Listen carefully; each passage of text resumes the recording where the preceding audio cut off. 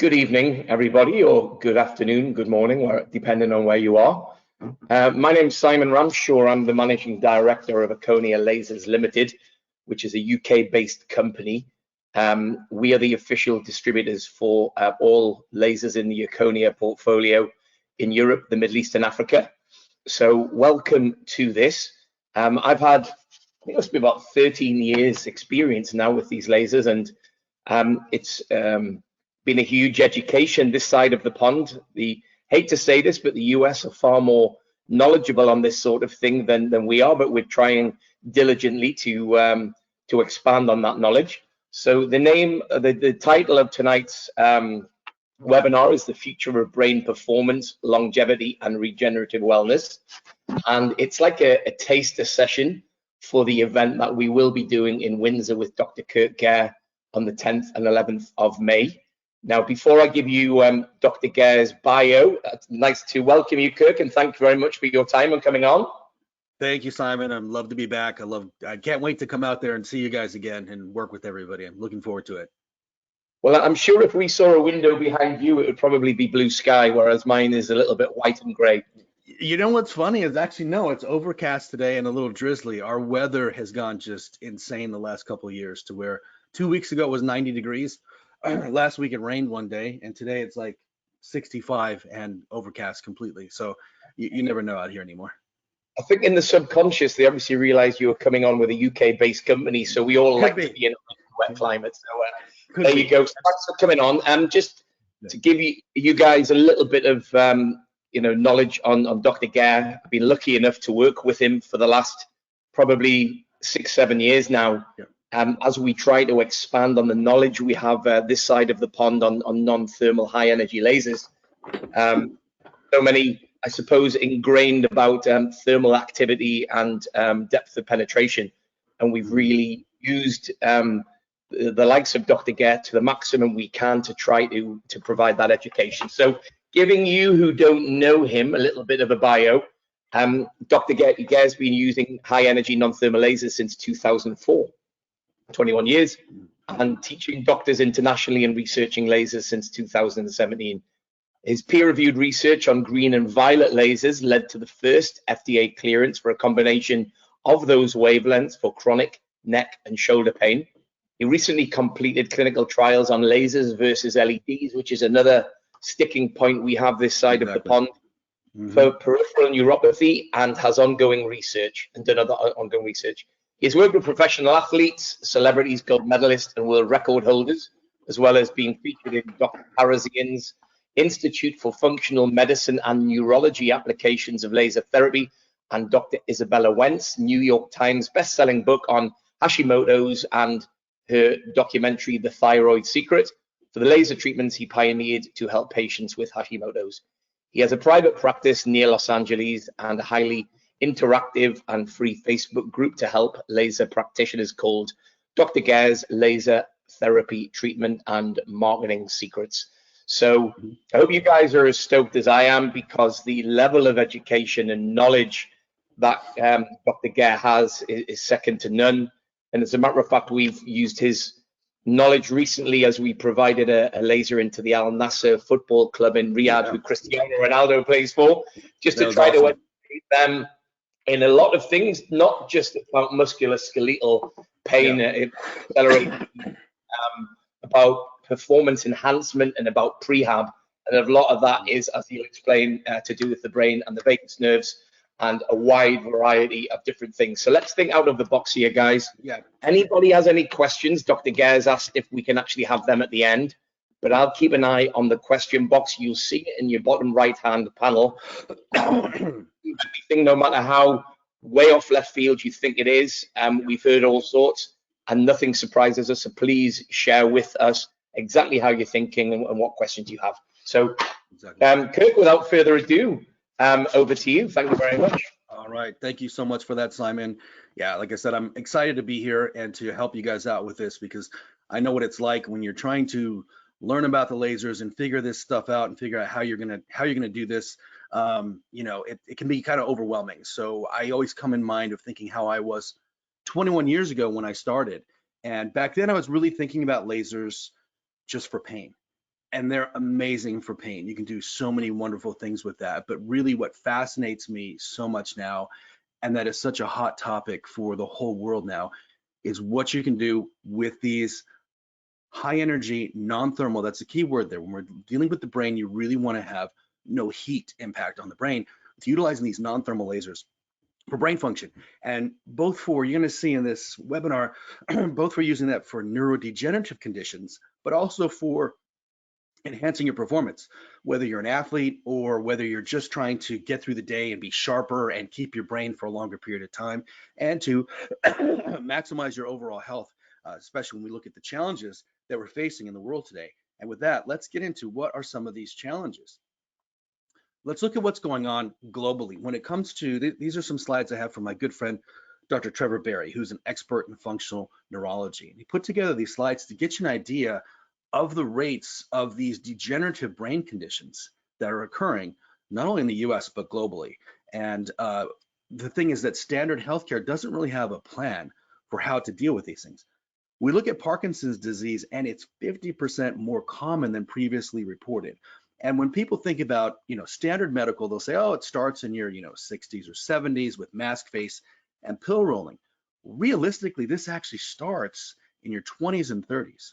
And it could start with things that are kind of, doesn't seem like a big deal, like a little loss of smell or chronic constipation or some chronic stiffness that can show up as a warning sign that you might get Parkinson's in your 60s or 70s, but you can do stuff about it when you're in your 20s, 30s, and 40s and 50s with some of the things you're going to learn in this webinar, and especially if you come out to the live event in Windsor next month. But there's 50% more common.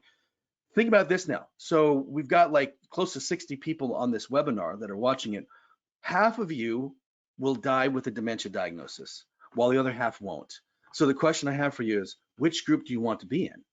And how do you control that? And you're going to learn some of those things today, because with utilizing the lasers, we can minimize your risk of that, because these claims with dementia diagnoses, they're skyrocketing. And we look at this on a global scale that Alzheimer's cases could triple worldwide by 2050. And when we look at the overall number of people living with dementia in EU countries, it's expected to rise by about 60% over the next 2 decades to reach 14.3 million in 2040. So the question is, what can you do to help these people, to help people prevent going down that slippery slope into dementia? Because once you get there, both my parents ended up with dementia, and it's really sad to see your loved ones go down that path when you really want to help them, and there's not a regular medical treatment, but you can do things with the lasers here. And think about this, Alzheimer's is not just memory loss, Alzheimer's kills. So 1 in 3 seniors dies with Alzheimer's or another dementia, and it actually kills more than breast cancer and prostate cancer combined. And at age 85, if we all live to age 85 on this webinar, 1 out of every 2 people becomes demented. And so this is why I'm excited about this, because what you're going to learn today can get you into the 50% that don't have dementia. If you have a choice of which one to get into, there's things you can do today to try to push your future into a different direction. So I got involved, as Simon said, with lasers 21 years ago. And that's when I went to see this Dr. Dan Murphy. He's a famous chiropractor out there to lecture for you guys in the UK. And 21 years ago in 2004, I went to hear him because we had all these problems in the United States, especially where I am in California, near Los Angeles, with the insurance networks, and with getting them to pay for coverage was an absolute nightmare. And we had all these different changes that happened when the famous actor Arnold Schwarzenegger became our governor. How typical of a Hollywood kind of state like us to have an actor as a governor, but he was our governor, and he signed some legislation in there that really carved us out of some parts of healthcare. So we had to reinvent ourselves. So I went up to hear Dr. Murphy speak. I wanted to learn about these lasers I'd seen him talking about. And when I go into this hotel, there's like 120 plus people in there. As we walk in, everybody gets assessed with a computerized range of motion and muscle testing device that gives us the degrees in range of motion and the pounds of pressure we can do. They then took the handheld Erchonia laser and lasered our brains and the cervical spine for just a few minutes. And I thought, this is weird. I can't feel anything. And this just looks like a couple of lights, like a barcode scanner or a laser leveler. What is this going to do? So I have this on me, and after a few minutes, they reassess us with a computerized range of motion and muscle testing device. And I saw that my range of motion for the neck and the shoulders had improved. and my muscle strength had improved. And that blew me away because I thought this is really awesome to be able to make that fast of a change in range of motion and muscle strength. This could be really the wave of the future. And then Dr. Murphy, he's absolutely brilliant. He started talking about that what he was doing every day was lasering his brain. He would start off every day because he said, you had to at least get a laser for yourself and your family, because as a doctor, he said you needed to keep your brain sharp to be at your best so you don't succumb to the brain decline like the rest of the population, like I just showed you on that previous slide. And I thought, wow, Dr. Murphy's brilliant. So if it's good enough for him, it's good enough for me. And he'd been using lasers since the 80s. He was really looking at some of the Russian research that was ahead of everybody. By 1974, the Russians had lasers as part of their standard medical care in the Soviet Union. So he talked about he used the Erchonia lasers because they had the most research behind them, high quality, double-blinded, quadruple-blinded studies. So I thought, you know what, I'm going to get a laser, if for nothing else, for myself and for my family. And that really paid off because 2004, I got the laser. I started using it for 7 years. I had great success with, as Simon said, musculoskeletal types of cases, with athletes, with people coming in for pain, and we're doing great stuff with them. And then in 2011, necessity was the mother of invention. This is my wife, and definitely I'm overachieving with her. She's much on a higher scale than I am here, but she had a serious life-threatening reaction to an iodine contrast with a routine CT study, and it almost killed her. It literally triggered an autoimmune reaction where her thyroid started to attack itself, and then also attack the cerebellum. So she got dysautonomia. Her blood pressure and heart rate were skyrocketing. They were going up into the heart rate in the 160s and 170s. Blood pressure was like over the 210, over like 110 to 120. So we're in massive danger of her having a stroke. And we started on this medical loop of insanity where we take her to the ER. They look at her, they can't figure out what's going on. They see she's a apparently healthy, pretty female. And they're like, oh, honey, you're just having a panic attack. My wife has a master's in clinical psychology, and she told them, look, this is not a panic attack. There's something physiologically wrong with me. You have to take a look at what it is. And she saw endocrinologists, cardiologists, neurologists. Nobody could figure out what was going on with her because she watched the TV screen and there were fast camera changes on there. It would trigger a reaction. Heart rate and blood pressure would go up. She tried to go downstairs, it would trigger it. She was sweating profusely at night from her hands and feet and losing 5 pounds of weight per week and had these gut issues, all these kinds of dysautonomias, and then vertigo. Everything was crazy. And at one point, my wife turns to me and she says, you have to be prepared that I may not make it. And she was only 41 at the time. I said, what do you mean you may not make it? She's like, look, no one can help me. We're going to all these experts. No one can help me. I feel like I'm just gonna, I feel like my heart's gonna explode. I think I'm gonna have a stroke and you're gonna find me dead in the bed. And so I'm very stubborn, not willing to give up. So I called my good friend, Dr. Datish Karagian. So he's an amazing individual, also has a PhD in clinical research from Harvard. And these are two fantastic books that I really recommend you check out because of the way the world has changed post-COVID. There's a lot more people with brain issues, which I'll show you the research on that in a moment, and also with autonomic issues like thyroid issues. So I called him up and I said, Datish, you got to help me. You're like my Obi-Wan Kenobi, like Princess Leia in Star Wars saying, help me, Obi-Wan, you're our last and only hope. He was my last hope because my wife just thought she was going to die. And I said, hey, here's some stuff that's going on with my wife. And thank God he's so well researched. He said, oh, dude, this is easy. The iodine contrast triggered a massive autoimmune attack against her thyroid. When her thyroid dumped the thyroid tissue, that created a thyroid storm that could create a stroke. He said, but the long-term issue is those thyroid antibodies can cross-react against the cerebellum and create dysautonomias. And that can be the long-term trigger of what's going on with her. So he gave some recommendations of what to do and then said, when you get a chance, bring her down into my clinic near San Diego, California. And it took us a while because she had been bedridden for months. And we get her up and get her good enough to be able to drive down there, because previously, if I went over 15 miles an hour, she'd start to get vertigo. We finally were able to make the 1 hour drive down there, and he checks her out and he says, yeah, here's the issue. She's got a progressive neurological degenerative kind of condition. And, you're just going to try to spare as much activity as you can, try to prevent the decline. And I was not satisfied with that. I said, hey, well, listen, I've had some cases in the last 7 years with my lasers where I had a patient with complex regional pain syndrome. She was 16 years old. Her nervous system went so crazy with severe pain in her leg that Children's Hospital was going to amputate it. I said, I utilized the lasers on her leg and on her spine and brain, and we reversed that. We got it better. Do you think I can do the same thing with my wife? He said, I don't know, let me do some research and I'll get back to you and I'll take a look. So that night he goes back and he sends me this case study. And this was 2011, 2012. It says low-level laser therapy regulates microglial function through SRC-mediated signaling pathways, implications for neurodegenerative diseases. Now, the key thing here is they used a red laser like we use with Erchonia, 632 nanometers. We've got a 635. It's right there, just about the same. They used low-power non-thermal. This is not high wattage, a key thing. And they're able to show that with a low dose, they were able to actually reverse the neurodegeneration that was occurring.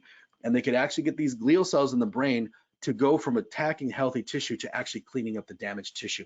And what their findings were is that they identified this important neuroprotective signaling pathway that consisted of the regulation of these inflammatory mediators and immune cells in the brain that they said could have implications for ways to control the progression of neurodegenerative diseases. And so my friend sends me the message. He said, dude, laser the crap out of her brain. I didn't know that this was available.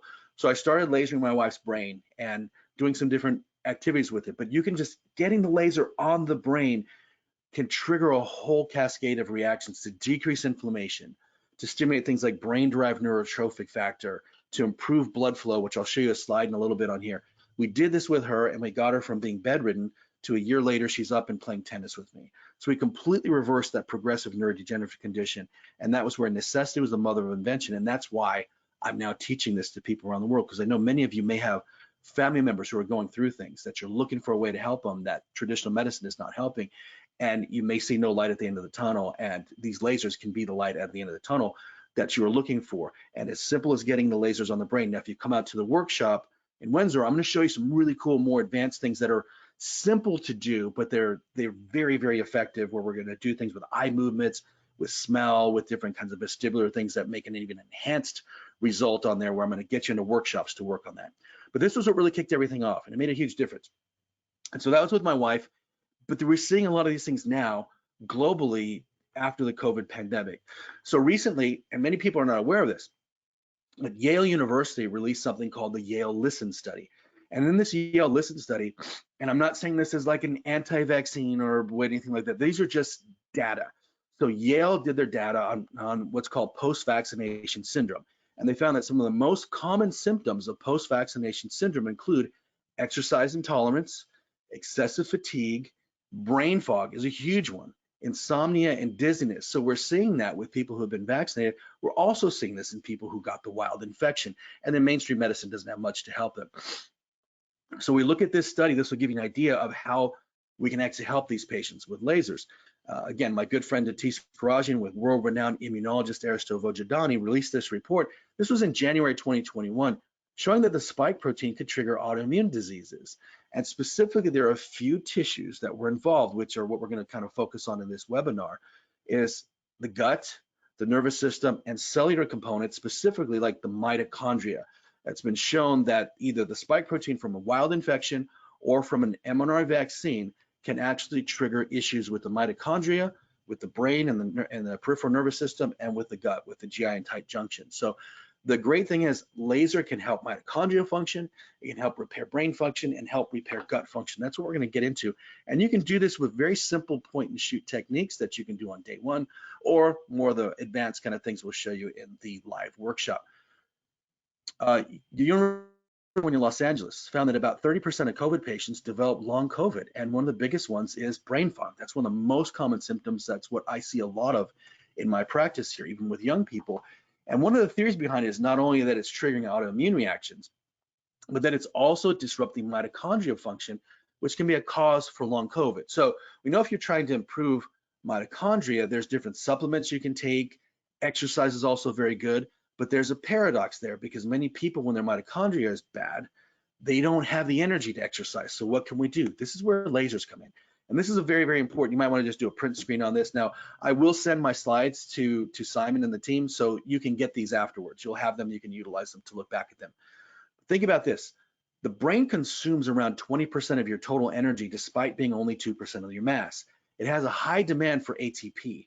Red and infrared lasers, they only impact one complex in the mitochondrial function of the electron transport chain, which is complex 4. Complexes 1 through 3 are rate limiting steps. So any problems there will also impact complex 4. I'll get into what can cause dysfunctions there in a little bit. But the key thing for you to understand is that to help in the first 2 steps to making cellular energy, you need a violet laser because that is wavelength specific reactions at complex 1 and 2. Green is wavelength specific for complex 3, and then red and infrared impact complex 4, but they have a very limited impact at complex 1, 2, or 3. So this is why I like to really get the green and violet on there a lot, or at least the violet and red, but combinations of laser wavelengths because they can help quite a bit. And this is where we're looking at the handhelds here for Erchonia that Simon mentioned. I call these are like my Star Wars lightsabers. They're the highest energy galaxy lasers in the galaxy. So we're not looking at power, because all high power and wattage does is it creates more of a dose of low energy photons. We're more interested in high energy photons that when you come out to the workshop in Windsor, I'll show you how you can change a muscle strength in literally 5 to 20 seconds, because these high energies, like with the violet wavelength lasers, it's 3.1 electron volts. That causes electrons to jump to a higher orbit and then creates a whole bunch of photochemical and photosignaling reactions to change the way the brain is communicating with and controlling muscles. Green is 2.4 electron volts and red is 1.9 electron volts. These will trigger very specific reactions in the body at specific wavelengths, versus when you're thinking about like the class 4 lasers, the infrareds, those are all low energy. Anything that's 730 nanometers or above, that's infrared, that they talk about deep penetrating, those work by creating molecular rotations and vibrations to create a thermal impact because they have low energy, so they try to do high wattage to flood the area with a lot of photons. We don't have to do that. We can go low wattage because the high energy triggers hundreds to thousands of reactions for every single photon. And here's what we're looking at here with the electron transport chain. You got complex 1 and 2 is specific to the violet 405 nanometer, complex 3 is specific to the green 520, and complex 4 is specific to the red. And that's a flow of electrons moving along there that can get bottled up. Best way to think about these wavelength specific reactions is this. If you go into the UV tanning bed on the left, will you get the same reactions as under the infrared light on the right? No, you get completely different ones. If you want to make vitamin D, which remember, UV light only penetrates a few microns, but that can trigger to make vitamin D that will go all the way to the deepest bones and go globally to dampen inflammation here because of a photochemical reaction. If you go into the infrared sauna, it's going to feel nice, it's going to feel good, it's going to relax your muscles, can help support detoxification pathways, but you can never ever trigger melanin production or vitamin D production because there are wavelength specific reactions. No matter how many watts you put on that infrared device and you crank that power up as high as you can, you'll never get a suntan, you will just create more heat. And that's an important thing to understand. But perhaps one of the easiest ways to understand it is, what if you have a baby who's got jaundice in the hospital? You will put them under a blue light. They've been doing that since the 50s and 60s. You can't do it with green, you can't do it with red or infrared. There's a wavelength specific reaction that does not penetrate to the liver, but it creates a photo signaling cascade to help the baby overcome jaundice. So that's an important thing to understand. We're talking about the different colors or wavelengths of lasers. Now, why do we care about mitochondria? Well, what diseases are affected by mitochondria? Let's look at just a few of them here that are highlighted, since we don't have a lot of time, but it's pertinent to our webinar. There's neurological disorders and autism, neurodegenerative diseases, and aging. So this is where we talk about regenerative and preventative types of wellness. And I like to say performance enhancement. If we support the mitochondria, you can slow down the aging process. You can keep the brain healthy, and you can help to try to reverse some of these neurodegenerative diseases. Now, from a lifestyle factor here, this is what you want to look for in your patients of signs that they could actually be having dysfunctional mitochondria. Besides the history of a COVID infection or mRNA vaccination, is this: common pain relievers like NSAIDs, aspirin, indomethacin, diclofenac, piroxicam, and ibuprofen will disrupt the electron transport chain. So all of these patients who take these, they need laser to help them with mitochondrial function. You can also do your nutrition and get them exercising, but you add laser into the mix, they're going to get a much better outcome. Now, here in the US, these are some of our 20 top prescribed medications, and I want to show you which ones disrupt which steps in the electron transport chain. And we'll get into deeper detail on this in the live seminar. Just as an overview, these common medications like Lipitor and metformin, acetaminophen, hydrocodone, aspirin, even these disrupt the first 2 steps to make energy. So this is where these patients, if you see that in history, they can really benefit from having a violet wavelength laser on their bodies to help overcome the side effects of these medications.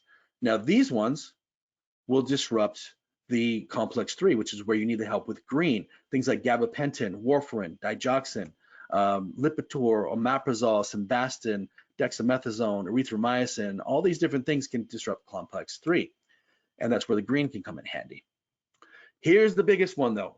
Not as bad for you guys. You have much healthier food in the UK and Europe than we do here in the United States. I eat really clean all the time. Yet every year when I go and I see Simon and I do a lecture for you guys, I feel even better when I'm walking around there. And it really makes me mad because I know when I come back to the States that I'm going to get our crappy food. And even though I try to eat as clean as I can, I'll never feel as good as I do when I'm over there in the UK and in Europe. So you guys may not have as many problems as we do, but I know you can get some of our food over there, so it can mess you guys up too. So some of these things will negatively impact mitochondrial function too. So if patients have like glyphosate or Roundup, this is going to throw things off. Artificial sweeteners or colorings and dyes, I call that the unholy trinity of junk because it disrupts all three of them. High fructose corn syrup, pesticides, herbicides, vaping or smoking, hydrogenated vegetable oils, the COVID spike protein, and also alcohol. And I know people love their alcohol, their drink, but it can disrupt your mitochondrial function. So if you like your alcohol, make sure you have a laser and you use that on your liver and use that on your brain after you go out and have some fun. So I like showing you that so you understand the lifestyle factors that can be impacting you. And here's the key concept. Take a picture of this or a screenshot. Again, we're looking at trying to support the first two complexes to make energy. Violet's the most important. Complex 3 is green and complex 4 is red. But let's look at, as a treating doctor, what kind of things are you going to see in there? So when we look at the violet, this is the best for antimicrobial support. We actually here in the United States, we have FDA clearances for it versus bacteria that's in acne and versus fungus in nail fungus. There's studies you can go on and you can see on PubMed where there's reports showing it providing support to the immune system versus MRSA and versus COVID as well too. So those are definitely things it's not cleared for, but that's just, I want to make you aware of the research on there. So let's say you've got a patient in your office and you're treating them with the laser for a musculoskeletal issue. It's also going to provide support for their immune system too as a secondary impact. This high energy from the violet laser really helps with scar tissue breakdown. You can stimulate things like vascular endothelial growth factor and improve blood vessel function and formation. And then when you combine it with the red, it's great for balancing the sympathetic and parasympathetic systems. Green is really exciting, especially from a regenerative medicine kind of standpoint and anti-aging, because it stimulates collagen and elastin. So you can see, improvements in skin. Chondrocytes, stem cells is the biggest one. All of the laser wavelengths will stimulate mesenchymal stem cells, but the preliminary research seems to suggest that green is the most effective for it. And you get bone and nerve regeneration as well.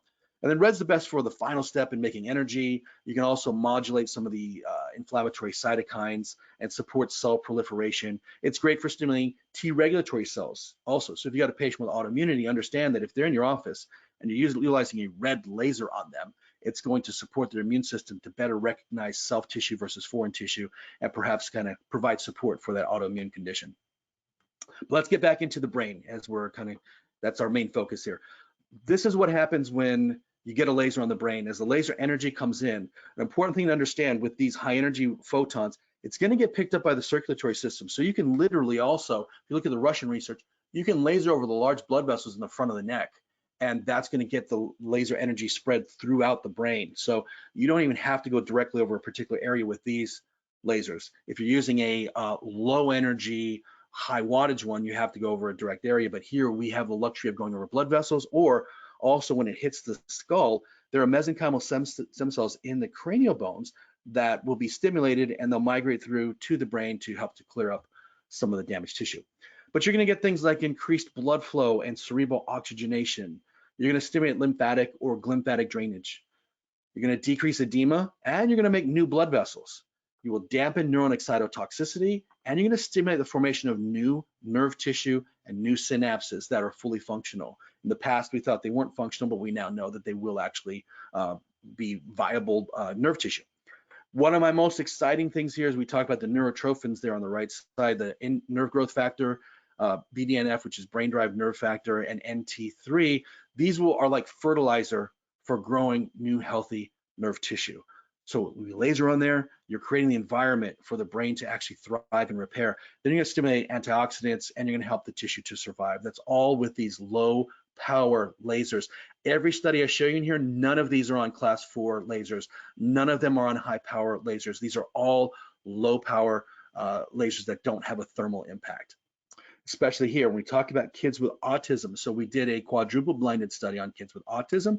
What I really want you to see here is because There's a lot of false information out there where people say that, oh, if you got a red or a violet or a green laser, it can't penetrate the skull, so it has zero impact anywhere below the skin. And anyone who says that does not read the medical research, because there's ample research, especially going back to the work of Sergei Moskovin and Tina Karu out of Russia, showing these impacts that these high energy non-thermal lasers have. This at the top shows you kids with autism before a 5-minute treatment with our FX laser. Bottom shows you 5 minutes after that with them just sitting under the laser and the lasers rotating around their head. You can see the difference in the red there. That's changes in neuronal activity and in blood flow as well. So here's showing clear changes, objective changes in their function. Now, we get the more subjective ones. These are the questionnaires filled out by their parents for their inappropriate speech and hyperactivity and non-compliance. The key thing is look at the dashed line at the top there. What we did is we compared this to an active red light device. So one group of kids got a red light LED, the other group got the actual laser. With the red light LED of identical dosages, there were no changes in any outcomes. There was no changes in blood flow or neuronal activity. But with the laser, we saw these big changes with the kids. We then took the kids who got the LEDs, and 6 months later, they were given the laser. And we saw the same kind of improvements with those kids. So really, really cool stuff here. And this is showing where we took a violet laser and just lasered over the vagus nerve. And by lasering here, again, this shows changes in brain activity. This is quantitative EEGs. We'll get deeper into that study if you come out to Windsor. I do want to show you this, because think about this. Here in the United States with American football, we've got all these problems with concussions. You guys with your rugby, with your version of football, there's a lot of concussions. And here we're showing players with early onset dementia to issue proceedings against rugby authorities. So these athletes are getting dementia in their 30s and 40s from these concussions. And if you get the lasers on them, you can help to reverse that, just as I showed you from this study that my good friend Dr. Datis Karajian shared. Now, if it's an older individual and they've got Parkinson's, this was a study specifically done with the Erchonia handheld lasers on patients with Parkinson's, and that even with them having a Parkinson's, the earlier you can catch it, the better. But even with catching it later, we showed that getting laser on them, they had better gait, less freezing, better cognitive functioning, and less difficulty with speech. And this was a paper we published clear back in 2009. So we've been doing this stuff a long, long time. But I want to show you this really cool little case study that happened when I was doing an event at one of the chiropractic colleges out here in California, up near San Francisco. And we had one of the doctors who's one of the deans of the school. He had had a stroke the year before, and it hit him in his speech centers. And he came over and he did a 10-minute session sitting under the FX laser where the diodes rotate around here. And he used the violet and the red laser on his head. And he did this for 10 minutes, and then he left and he came back. He said, I want to show you guys something. And he showed us these results. What he had done was at 9:55 a.m., he went over and got a quantitative EEG done, what's called the WAVI, where they were measuring brain activity. And there you can see the deficit where the X is. That's where his stroke actually was. It showed where his deficit was. And you see the activity is blue, meaning there's not the normal activity. Normal is more in that red and that yellow cover. He then comes over, does the 10 minutes with us under the Erchonia FX laser, and then goes back and gets the WAVI guy to do another quantitative EEG on him. That guy even said, why are you wanting me to do this? Nothing's going to change. It's going to be the same. And he said, please just humor me. I want to see if something had any impact. So they run that test, and the doctor running the WAVI test is startled. And he said, what the heck did you do? These results look like you just did 3 months of therapy. We don't normally see any change in this short of a time. And he had never seen a change that fast, but it was due to the laser being on the brain. And this is very easy. You don't have to have a diplomate in functional neurology or extra training. And literally had the doctor sit under the laser with it on his head, and we got these kinds of changes in there. Now you can stack with other activities that I'll show you in Windsor, like doing speech activities or other types of tongue twisters and whatnot to even enhance it. But this is just completely passive sitting under there. Now, also, you can do things for enhancing athletic performance. And this is a doctor who had come to one of my seminars clear back in 2017 when I introduced the use of lasers for brain conditions at the International Association for Functional Neurology and Rehabilitation. This is Dr. Michael Trayford he's in the East Coast of the United States, and he has a brain center where he does laser and brain activities. And this is Mateo Mitchell. He is an Olympic gold medalist who's now 36, and he's retraining to be an Olympic bobsledder. And one of the things that he does for his training is doing laser on the brain. And I'll show you what that looks like as I skip ahead here. There he is. He's simply sitting under the lasers, getting the lasers done on his brain, and that will penetrate through the skull. It'll trigger all those reactions I showed you in the other slide. And what I like to do is to stack that while they're doing balance activities or eye activities, and I'll show you that at the workshop when you come out, but you can still start with the basic thing of lasering the brain, and that's going to enhance his function. So this is great for kids who have learning issues. It's great for seniors who are going down into dementia. It's great for all of you doctors who just want to enhance your brain function. I travel all over the world to teach. Next month, I'll be in Windsor. Then the following week, I'll be in Nashville, Tennessee on the East Coast of the United States. And then the next week, I will be in Australia. I don't get jet lag. And a big reason for that is I use the lasers to help me going through all these different time zones here. And these are things you guys can enjoy as well. And so it's very simple to do when we look at these things. One of the basic brain protocols I want to show here, we won't have time to get into the frequencies because we're going to be wrapping up in the next few minutes. But a basic brain frequency you see there for a basic protocol, I use 1, 10, 40, and 60. Now, the reason why I use that one frequency of 40 hertz is if you go onto PubMed and you type in 40 hertz laser therapy for the brain, you will see that that particular pulse frequency has the ability to trigger the breakdown of protein misfoldings in the brain. So we actually have something that can change the way that brain is functioning like it did for my wife. Pharmaceutical companies are trying to look for a medication that can do this. We already have something that doesn't have side effects with the laser to where you utilize that pulse frequency of 40, that's going to help to break those apart. In the office, I'm lasering patients between 5 to 20 minutes. Most patients are between 5 and 10. If I have someone really severe, we'll go for a longer period of time. Very easy, just like you saw Mateo, he's sitting in a room, laser on them, so it's not chewing up a ton of time in your office. Now, also, if you're working with athletes, as Simon mentioned, we are working with Cristiano Ronaldo's team to try to show them how to use the lasers, not just for injuries, but to enhance brain function and sports performance. This study showed that when you laser an athlete before and after their training, that you can enhance their performance to a level that's similar to performance-enhancing drugs. As a matter of fact, this study from the Journal of Biophotonics even said it seemed to give these athletes an unfair advantage to such an extent that it was as if they had taken performance-enhancing drugs. So we're questioning whether it should be allowed in the Olympics and international competition because it gave them a clear unfair advantage where they had increased muscle mass, they had increased endurance, improved muscle strength, and faster recovery. And when we did a blood test, you could see less inflammation on the blood test too. So really, really cool stuff. I'll show you how to do that at the Windsor session. You can do a basic thing of just getting the laser on the brain and over the gut. That's your basic one you can do to enhance sports performance. But I'll show you in workshops how to go through and find which muscle is weak and use the laser to strengthen it in 5 to 20 seconds. Now, Simon mentioned the vagus nerve. Vagus nerve is a common dysfunction. You can see this as patients age and they start to struggle with swallowing.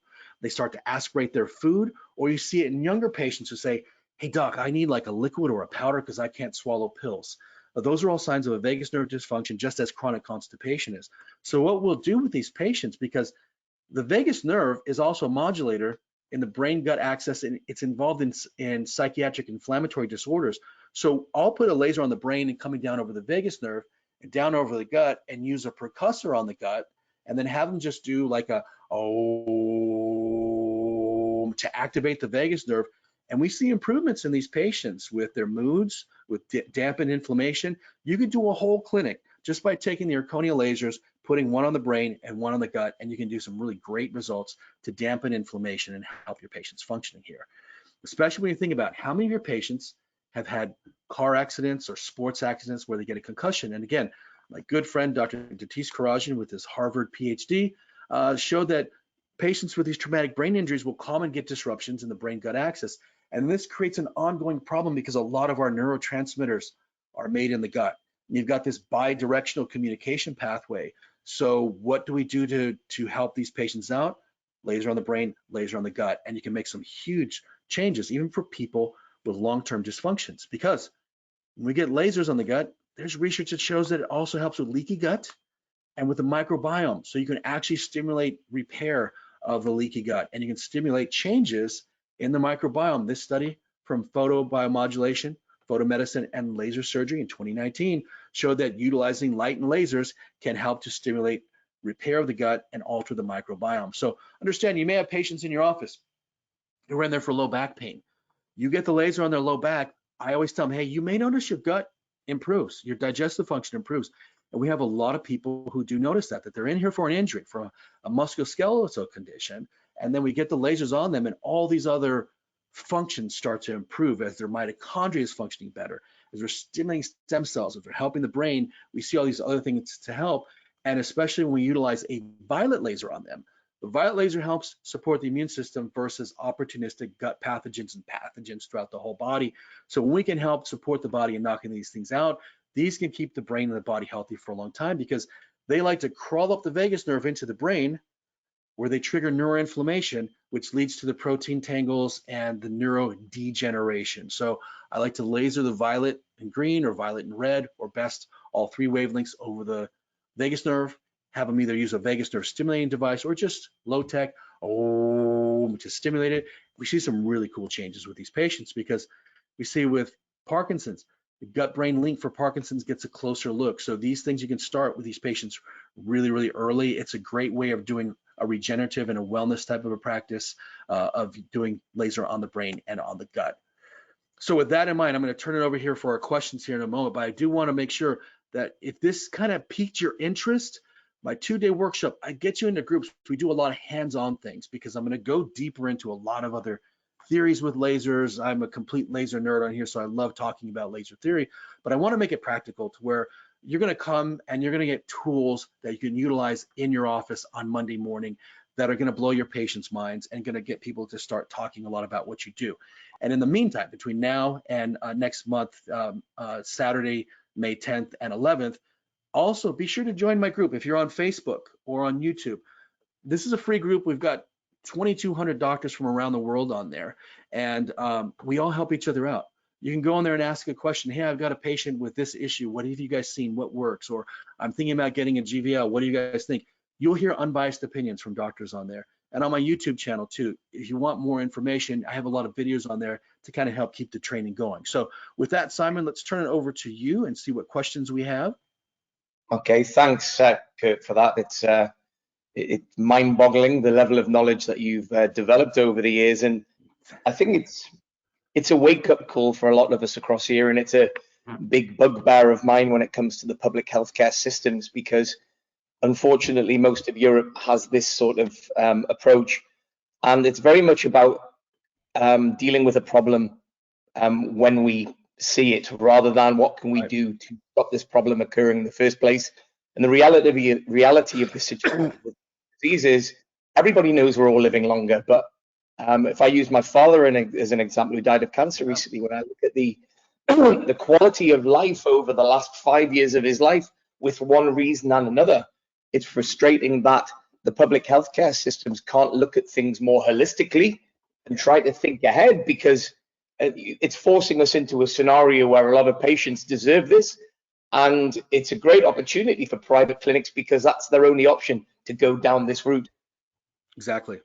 Yeah, that's where here in my state of California, we're different than the rest of the nation. We have kind of more of a socialized healthcare system here, more akin to what you have, where everything's managed care here, but people don't have access to these things. So even with me being in a state that has a healthcare system run more like yours is, I'm almost all cash, because these patients are frustrated with the long delays and not getting the care and not getting looked at and not being looked at holistically. They're looked at compartmentally, that nothing is interconnected, nothing is related, and realistically, everything is interconnected. That's why I was trying to show you all the loops between the brain and the gut and the vagus nerve, and how you're having these global effects. You know, even if you don't fully understand yet what the laser is doing, you just get it on your patient, put on their brain, put on their gut. You're going to make some amazing differences with patients doing that. No, I agree. And, you know, I learned a few years back with one of our clients from Ireland, who was an orthopedic surgeon. And I didn't see him for about a year. Then he saw me and he said, non-thermal high energy lasers, my surgeries went down by 80%. Yeah. And I thought he was having a go at me, because obviously surgeons get paid a lot of money for this. Yeah. And he was saying, no, I'm not. I sometimes felt I had no other opportunities to offer somebody apart from surgery. So it was just like, well, I've done everything I can, or the physio or the chiro or whatever it was has done what they can. They've got to go for surgery.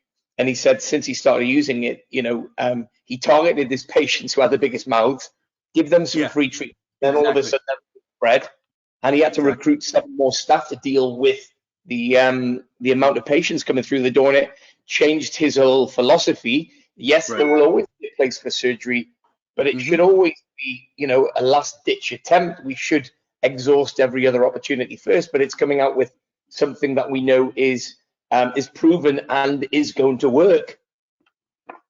Yeah, absolutely. And especially, with those surgeries too, like a big thing that I do is I rent out my lasers to patients if they have to do a surgery. We have them do a pre-op for a week rental and then 3 weeks after their post-op. And they'll usually be at the end of 1 month where they would have been at 3 months post-op. So the surgeons are excited that their patients are doing so well and it minimizes their infections. But I do have one orthopedic doctor here in town who has forbid his patients from seeing me before surgery because he had too many cancel and it was cutting into his pocketbook too much. Yeah, it's the world we live in, unfortunately. I could go on and on. And another one I had a distributor in Sweden whose daughter represented Sweden at show jumping, and she unfortunately fell off the horse, went into a coma, was put in hospital, was told, for that, he wasn't sure when the daughter would come out of the coma. He contacted me straight away. I was in touch with Steve Shanks. What sort of protocol can we do to try to encourage or empower the body to react more favorably? And he ended up doing this, and within 48 hours, his daughter had come out of the coma, and they didn't believe it. That's awesome. Unfortunately, he couldn't do it in front of the doctors because they didn't believe in it or they didn't really understand it. And I think that comment there hits the nail on the head with any of us in life. We're very dismissive about things that we don't understand. Definitely dismissive for sure. Okay, let's get on with a few questions from me rambling on. Right, can we do anything for hyperthyroidism? If so, please help how we should treat this. I have an EVRL and an emerald laser. Oh yeah. So I mean, yeah, you can. I mean, that's really how I ended up becoming a speaker for Erchonia, was when I was sharing the story what I did with my wife back in 2011, 2012, as it just went global with an interest on this. And there's a great paper on PubMed called the Hoffling study, where they did a 6-year study on these patients with Hashimoto's.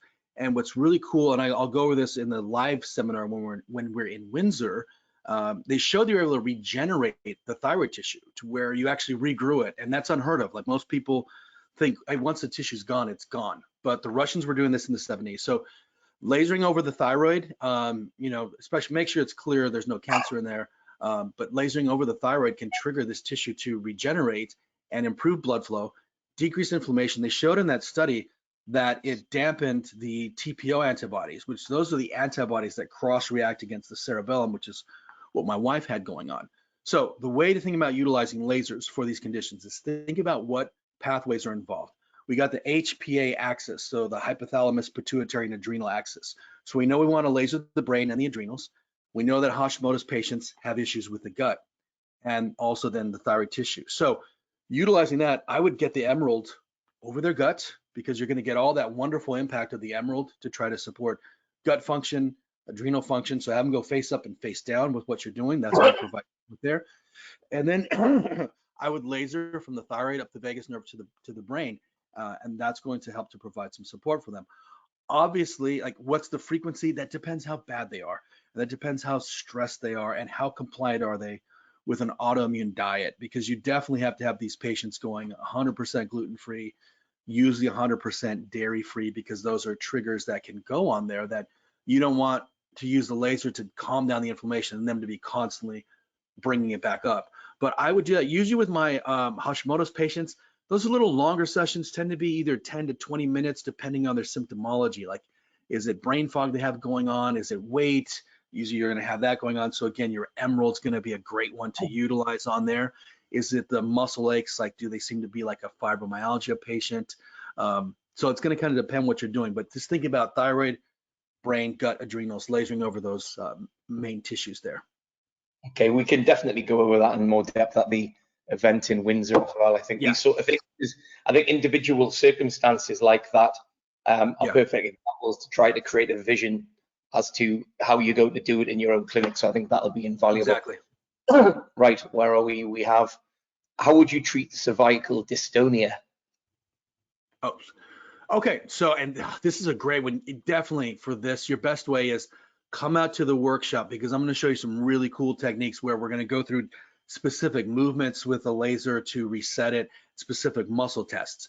That is more than we can really answer right now in just the webinar. But let's say you're brand new and you're starting off.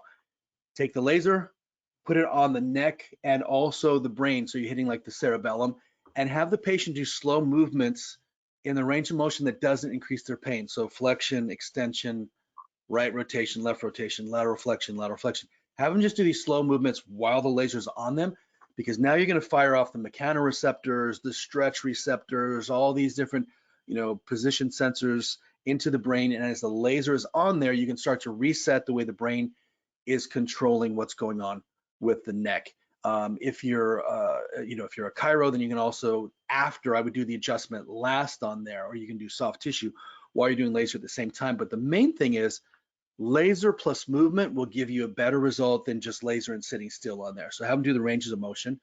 You can also have them do excuse me, some resistance exercises, even like a band, just doing like going extension this way, going to the side here, etc., while you laser at the same time. This makes it more efficient for your patient and more efficient for your office, and you'll get a better outcome if you do it at the same time.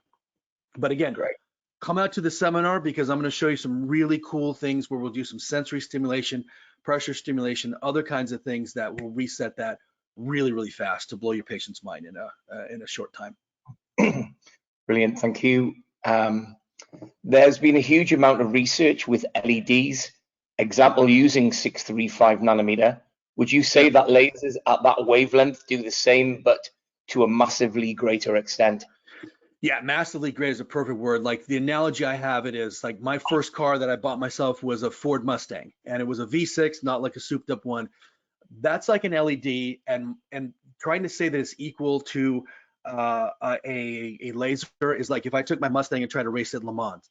It's not going to happen. It is technically a sports car, but it's not going to do the same thing. And that's not just opinion when it comes to laser versus LED. We look at all the studies that Erchonia has done. So when we're talking about our high energy visible wavelengths, we can without a doubt say that ours are usually, when we go head to head, identical dosages, 6 to 7 times more effective. That's been proven for chronic neck and shoulder pain, chronic low back pain, chronic heel pain and plantar fasciitis, and also for body circumference, body contouring on there. Where you really see the biggest difference with our lasers versus LED. I can't speak for like a laser that's low energy. I have not seen studies comparing like the class 4 lasers versus an LED. So I'm not speaking about those, but I'm speaking specifically to Erchonia lasers, the long-term differences. So with chronic back pain, doing 8 20-minute sessions with the FX, we got a reduction on average of 58% of pain. With the LEDs, it was less, but here's the key difference. Once we took the LED treatment away, the patient's pain came back to baseline. When we took the laser away and followed up with them 12 months later, they had an additional reduction of pain of 17.46%. So they continued to improve because the laser is actually triggering a tissue repair process that the LED is not triggering. That's a key difference. When I was involved in our peer-reviewed research for the green and violet for chronic neck and shoulder pain, where we really saw the difference was at 48 hours after doing the treatment, utilizing a red and violet laser or a green and violet laser, patients got even better at the 48-hour mark, whereas with the LED, they went back to baseline. So there clearly is on a much higher level. The LED is much more temporary. I think those are great for patients to use at home in between sessions. But if you try to bring that into your office and think you're going to get the same results as a laser, you're not.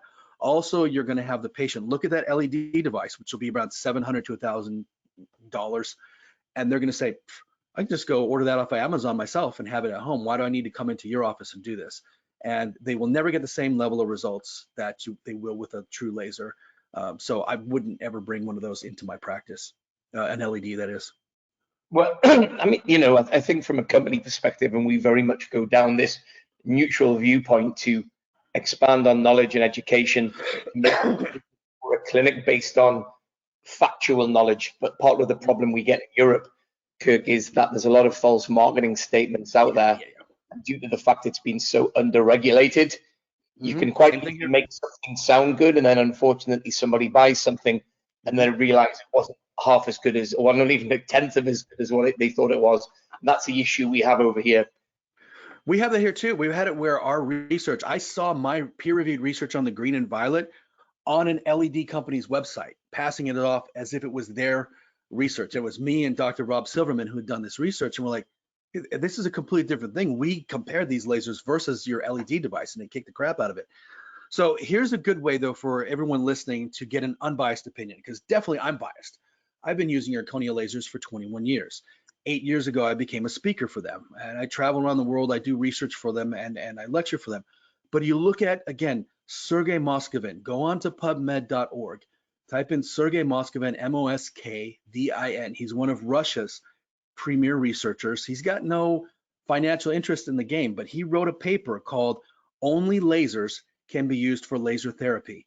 I recommend everyone listening to this who's unsure about LEDs versus lasers, go read that paper, because it's an unbiased opinion, and he will unabashedly say an LED cannot compete with it, cannot compare, because there are unique reactions that a laser does that an LED just cannot do because it's incoherent, scattered light on there. And it's a quick read. That's a great one where you'll get an unbiased opinion. Another one also that we hear frequently is the most energetic laser or the most powerful. But I remember you probably know this study. I can't remember the exact numbers. I think it was lasering the retina, and it was something along the lines of delivering 6,000 photons into the retina. Right. The retina was only able to absorb 600 of them. Right. So it's sort of like the other 6,300 or whatever it is would be redundant. It sounds sending more energy in there, but it's sort of like having, a full cup of coffee or a full glass of water.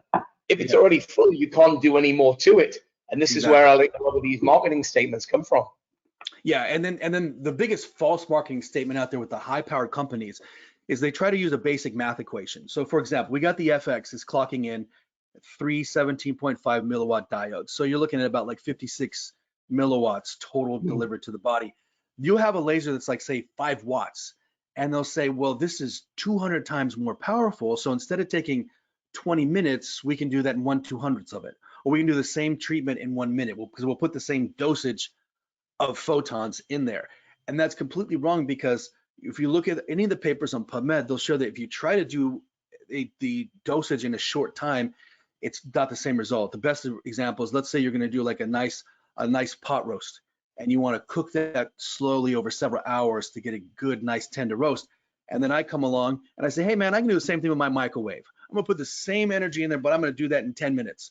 We know that roast is going to come out completely different, even though the same amount of total joules of total energy went in there, and you get a completely different result with that. And then they don't even consider the wavelengths. You like I said earlier, you can be under that infrared lamp for hours or crank the power up. You'll never create a suntan, and you'll never make vitamin D on there, and that's completely ignored by these sales tactics. Yeah, definitely. A lot of what we say as well, and we before we even start talking about any laser, we talk about photochemical versus photothermal, and I think that's where there's been a torrent over here of understanding, and you look at the likes of the Walt guidelines, who are there for a purpose, but a lot of the information they're showing is 20 years old, so a lot of it needs to be updated. And as clinics, as doctors in clinics, as a company, we obviously want to make sure that our patients are getting the next generation of everything that comes on, not something that was proven 20 years ago, but it's the world we live in. Especially when we get into the green and the violet wavelengths, nobody understands what we're doing with that. It's like we're dealing with jet engines, and they're still dealing with propellers. Basically, they're so far behind the times, and where they think it's just superficial, it's just like for skin and stuff, and it's like they don't understand that photochemistry, the reaction that occurs, and they don't understand that this energy gets picked up by the circulatory system. And where does the circulatory system go? It goes everywhere. And if you read, Moskvin has another paper called The History of Laser Therapy in Russia from 1974 to the present. And in it, I love reading this guy because he reads kind of like a James Bond villain, because he just talks about, of course, we know Russians are superior to everyone. We have better knowledge of laser than anyone on planet. We don't know why Europe and America, they're so far behind us. And he was true what he's saying. We are so far behind because we can't grasp. He showed one particular one of it for bronchial asthma.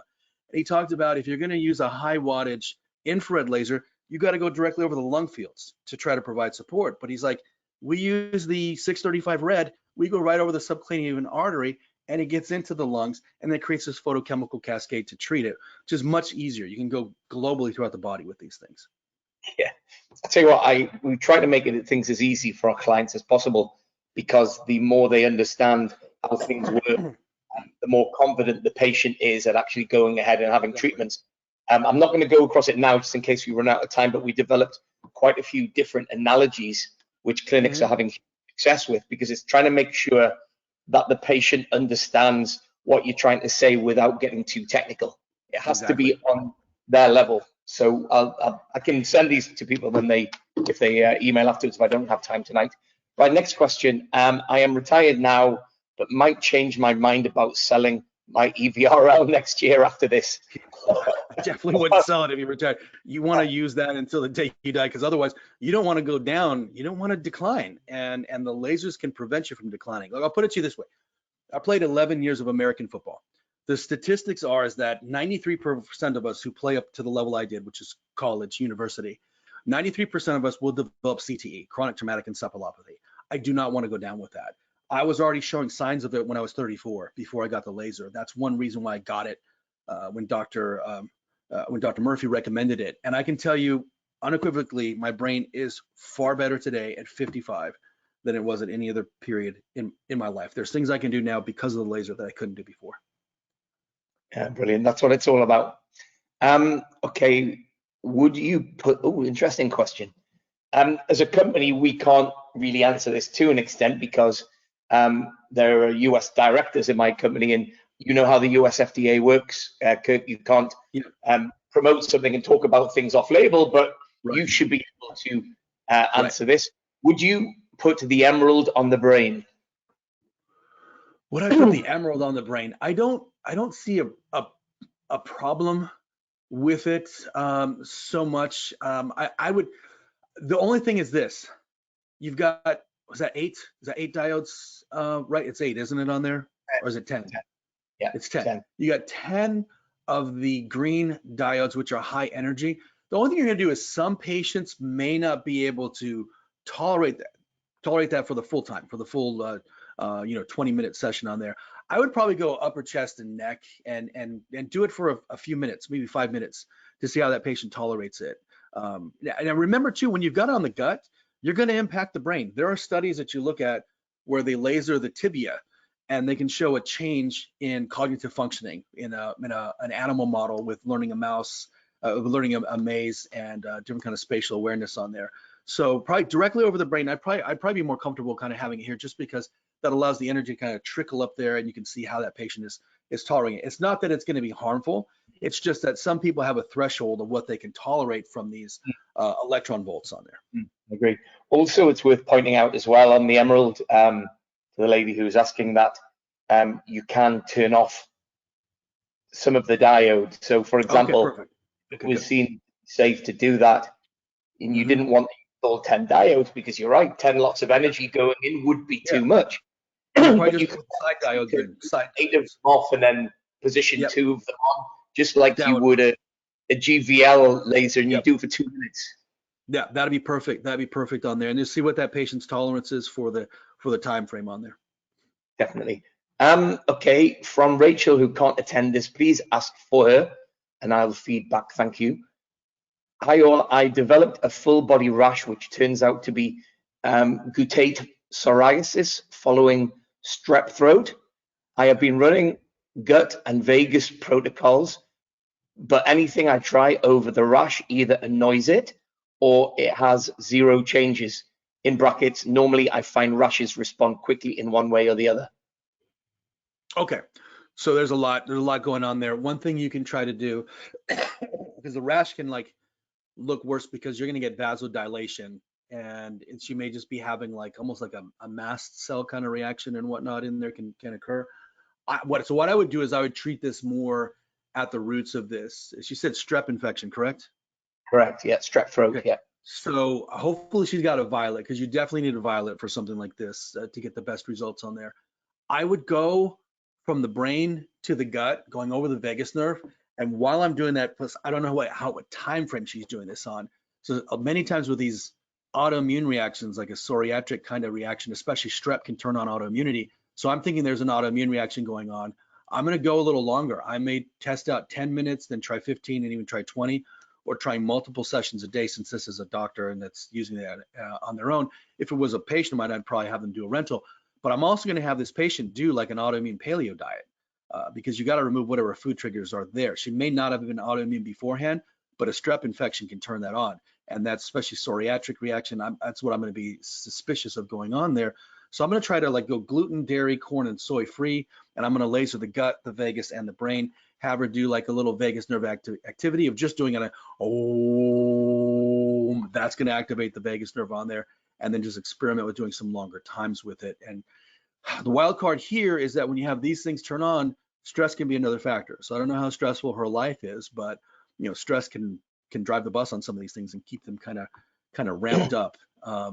So that's where she could, again, lasering the brain while doing some meditation or doing that Om. You're going to do a 1-2 punch to where that's going to be also calming on the body, helping to balance out the parasympathetic and sympathetic while also impacting the gut brain axis too. Yeah, brilliant. What's this? Oh yeah, it's from Akim in Germany. We are looking forward to seeing you all in Windsor soon. So that's nice. Akim, who awesome. I think ended your last one, Kirk, last year. I think so. Yeah, I think you did. Please, can you provide that Russian reference, which you can maybe send to me on WhatsApp or on email? Sure. Yeah, and if you go into PubMed, just go on to pubmed.org and you type in Moskvin, Moskvin. Take a deep dive into his stuff. He's really, I don't agree with 100% what he says, but I agree with a lot of what he says.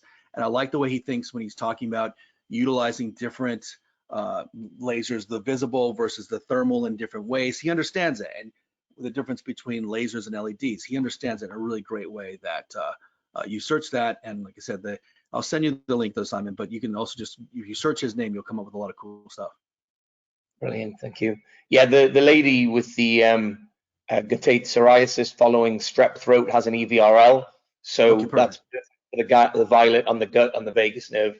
Exactly. And then you got to do the diet too. You got to do the diet change as well. Okay, I think, oh, there's one, hang on, I think, does it come through? No, it's not. No, I think that's it. A couple of quick things to share with, again, just trying to understand from a simple terms perspective. I came up with a few analogies. We know about the photosynthesis expand, explaining, plants use light energy to trigger chemical reactions, essential for their growth, and the body's cells to do something similar with light from the laser, using it fuel for the mitochondria. So panels analogy, compare the laser to sunlight on solar panels. Just as solar panels convert light into electricity, the mitochondria in cells convert laser light energy into a biological response. It's invisible, but the effects, like a charging device, are undeniable. Cellular Wi-Fi analogy, describe the laser as a form of cellular Wi-Fi. Just as Wi-Fi signals are invisible but enable powerful communication and connectivity, the laser's light increases a chain reaction in cells that enhances their communication and performance.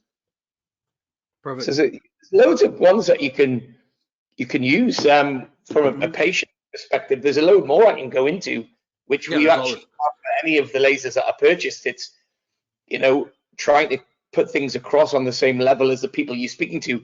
You're far more intelligent than me. Academically, you can see that you are, but will I be able to understand what you're saying if you use the realms of your academia? Yeah. No, you got to do.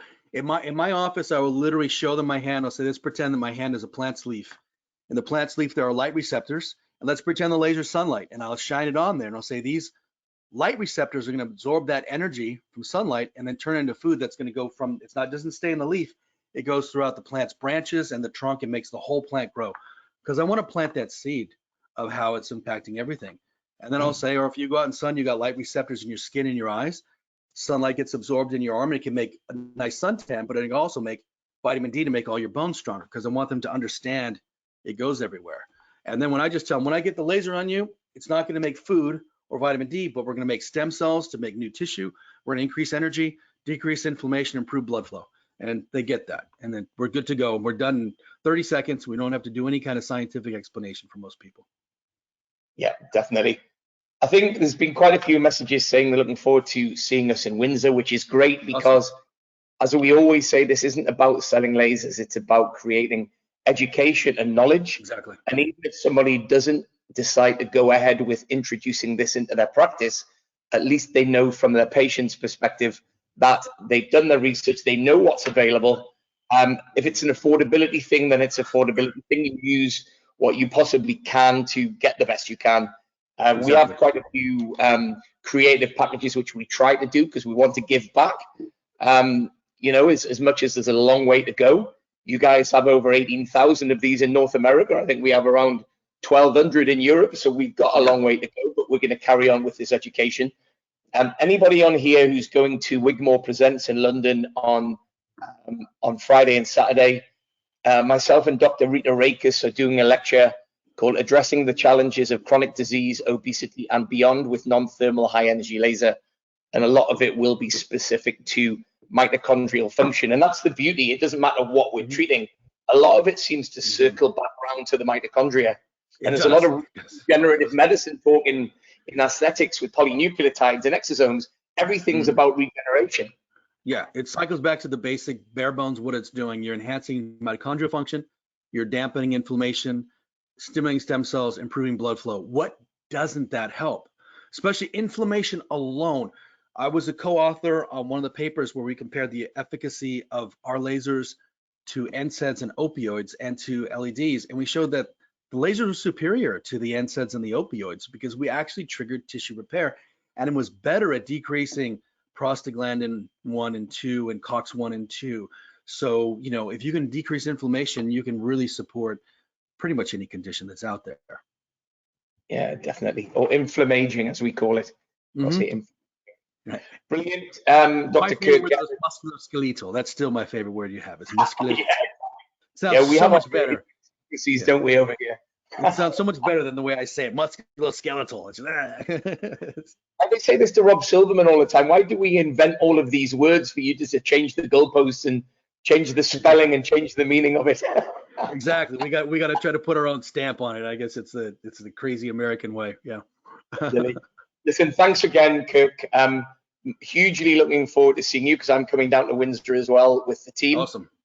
Great. Safe flight over. Thank you so much again, and thank you everybody else for attending. You will get a video recording of this webinar. Any questions you have, let us know. There will be a lot of hands-on stuff at the seminar workshop in Windsor because we can have all the theory we want, but it's great to see it being done.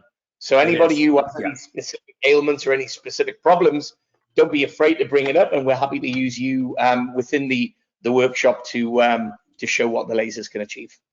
On that note, thanks very much again, everybody. Enjoy your evening, Kirk. Enjoy your full work day ahead. We finished now. We're going to watch TV and have our dinner. I'm just getting started. Yeah, I'm seeing patients in 12 minutes. So, and I'm going for the next 8 hours. So, yeah. Okay, great. On that note, thanks a lot, Kirk. Thanks, guys. And see you on the next one. Cheers. See you all soon. Bye. Cheers now.